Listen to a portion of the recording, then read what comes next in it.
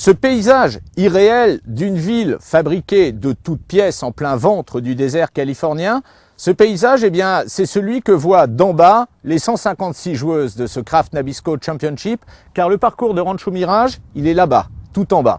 Alors vous le voyez, le dépaysement est total ici, et c'est précisément contre ce dépaysement qu'essayent de lutter les joueuses françaises, chacune à sa façon, essayent ici de se recréer son environnement, un environnement à visage humain.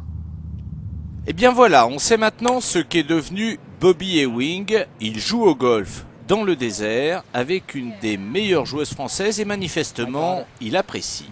C'est incontestablement le numéro 1 des Pro-Am pour tout joueur non professionnel qui a l'occasion d'en jouer. C'est fantastique. Et surtout Gladys. Alors comment elle est Gladys? Comment elle est cette joueuse française? Alors maintenant j'ai un agrément formel. Elle sera ma fille française.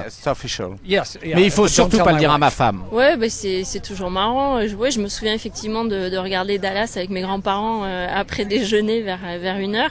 Dallas, c'est quand même un gros show qui a quand même pas mal marqué les gens et la télé.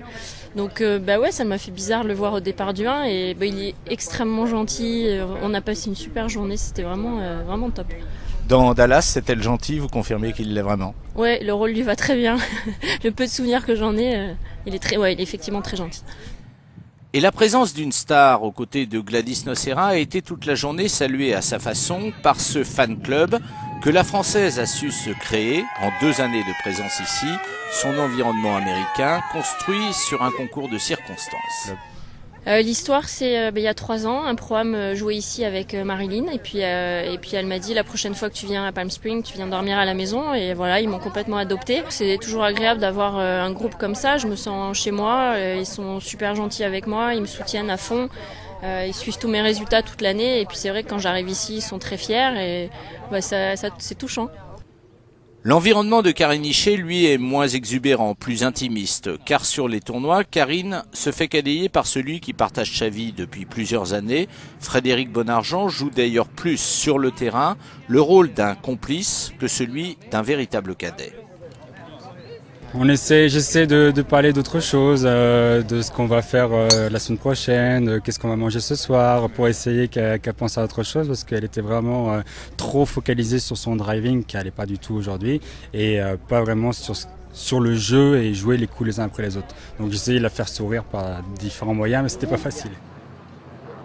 Patricia Meunier, à l'inverse, ne sera plus secondée cette année par son mari Antoine Lebouc. Patricia qui hier a ménagé sa blessure à l'épaule en ne faisant que du putting.